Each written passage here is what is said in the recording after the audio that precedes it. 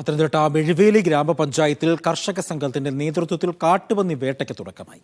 Pandalam block പഞ്ചായത്തിന്റെയും Mezhuveli പഞ്ചായത്തിന്റെയും പിന്തുണയോടെയായിരുന്നു പന്നിവേട്ട. വനമേഖലയിൽ നിന്ന് ഏറെ ദൂരെയുള്ള മെഴുവേലി പഞ്ചായത്തിൽ പന്നിശല്യം രൂക്ഷമായതോടെയാണ് നടപടിയുമായി കർഷക സംഘം രംഗത്തെത്തിയത്. തിരച്ചിലാരംഭിച്ച ആദ്യ മണിക്കൂറിൽ തന്നെ സംഘത്തിന് പന്നിയെ പിടികൂടാനായി.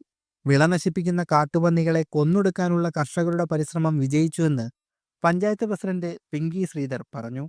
ഇത് മെഴുവേലി ഗ്രാമപഞ്ചായത്തിലെ 1-ാം വാർഡിൽ നിന്നാണ് തുടങ്ങിയിട്ടുള്ളത്. ഏറ്റവും പന്നിശല്യമുള്ള പന്നികൾ പകൽ സമയത്ത് പോലും കിടക്കുന്ന സ്ഥലത്താണ് നമ്മൾ ഈ ഒരു ഉദ്യമത്തിന് തുടക്കം കുറിച്ചത്.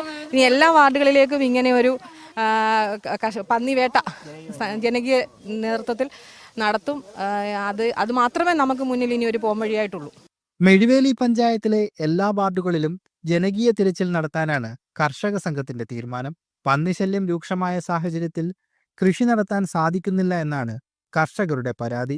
പ്രശ്നം പരിഹരിക്കാനായി കേന്ദ്ര വനം വന്യജീവി സംരക്ഷണ നിയമത്തിൽ മാറ്റം വരുത്തണമെന്നും കർഷകർ ആവശ്യപ്പെടുന്നു.